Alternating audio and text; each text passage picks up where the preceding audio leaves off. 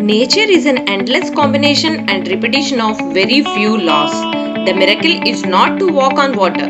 The miracle is to walk on the green earth, dwelling deeply in the present moment and feeling truly. Bhishma के पिता शंतनु पिछले जन्म में महाभीषा नाम के इक्ष्वाकु वंश के एक शक्तिशाली राजा थे।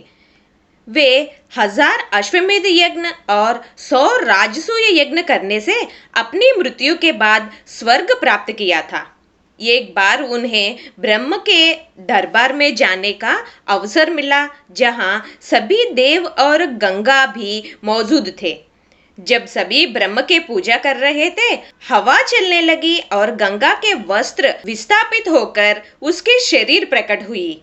वहां मौजूद हर शख्स ने महाभिषा को छोड़कर अपना सिर झुका लिया और महाभिषा देखता रह गया। इस कृत्य को देखकर ब्रह्म ने महाभिषा को एक नश्वर संतान होने का श्राप दिया। गंगा जिसने नश्वर कृत्य को दोहराया था, उसे भी मानव के रूप में जन्म लेने और महाभिषा के दिल तोड़ने के बाद ही वापस देवलोक प्राप्त होने का श्राप दिया। भीष्म के दादाजी हस्तिनापुर के राजा प्रतिपा और उनकी पत्नी सुनंदा को उनके बुढ़ेपे में एक बच्चा पैदा हुआ था। उनका नाम शंतनु रखा गया था, क्योंकि जब वह पैदा हुए थे तो उनके पिता ने तपस्या करके उनके जुनून को नियंत्रित किया था। तब प्रतिपा ने शंतनु को हस्तिनापुर के राजा बनाया और तपस्या करने जंगल चले गए। शंतनु एक बार गंगा नदी के तट पर एक सुंदर महिला को देखा और उससे शादी करने के लिए कहा। वह मान गई, लेकिन एक शर्त के साथ कि शंतनु कभी भी उनकी हरकतों के बारे में कोई सवाल नहीं करेगा। उन्होंने शादी की और बाद में उन्होंने एक बेटे को जन्म दी, लेकिन उसने उस बच्चे को नदी में डुबो दी।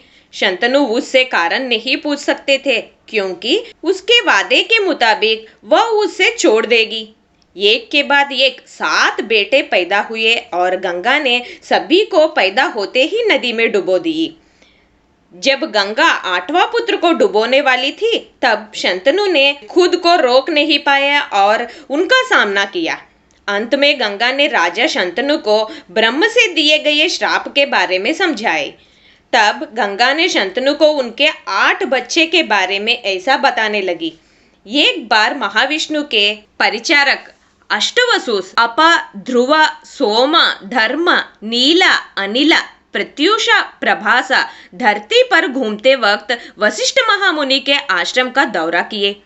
वहां उनको नंदिनी नामक गाय दिखी और ये सब आखिरी वसु प्रभास के सहारे से नंदिनी को चुरा के देवलोक ले गए। जब वशिष्ठ मुनि को अपनी दिव्य दृष्टि से गाय के अपहरण के बारे में जाना, तो वे अष्टवसुस को धरती पर मानव जन्म लेने का श्राप दिए। चिंतित हुए अष्टवसुस मुनि को माफी मांगे। तब मुनि शांत हुए और यह घोषणा की कि पृथ्वी पर उनका जीवन बहुत कम समय के लिए ही होगा, पर 8वां वसु प्रभास, जिन्होंने इस चोरी के लिए सहायता दी, वह लंबे समय तक मनुष्य के रूप में जीवित रहेगा और उनको पत्नी या बच्चे नहीं होने के लिए श्राप दिया गया था। लेकिन वशिष्ठ मुनि ने उन्हें वरदान भी दिया कि वह सर्वोच्च सदाचार पालक और अपने पिता के आज्ञाकारी पुत्र होंगे। जब अष्टवसुस उनके दिए गए श्राप के बारे में विचार कर रहे थे कि बिना किसी कष्ट के इसे कैसे सहन किया जाए, तब उनको गंगा के श्राप के बारे में पता चला। सभी 8 वसु गंगा के पास गए और उनके श्राप के बारे में बता के गंगा से प्रार्थना किए कि अगर गंगा धरती पर किसी राजा से विवाह करेगी तो उन सब गंगा के पुत्र के रूप में जन्म लेंगे। लेकिन गंगा उनको जन्म लेते ही नदी में फेंक देना चाहिए। गंगा ने उनके अनुरोध के स्वीकार कर ली और शंतनु से विवाह के बाद इसीलिए अपने 7 बच्चों को जन्म लेते ही पानी में डुबो के मानव जन्म से विमुक्त कर दी। 8वां वसु प्रभास भीष्म का जन्म लेने के बाद जब शंतनु ने भीष्म को डुबोने से गंगा को रोक दिया, तब गंगा शंतनु को 8 वसुओं के श्राप के बारे में बता के वह उसे राजा के सिंहासन और स्थिति के लिए प्रशिक्षित कराने के लिए अपने साथ भीष्म को ले गई और सभी अस्त्र शस्त्र में प्रावीण्य बना के युवा उम्र में वापस शंतनु के पास भीष्म को भेज दी।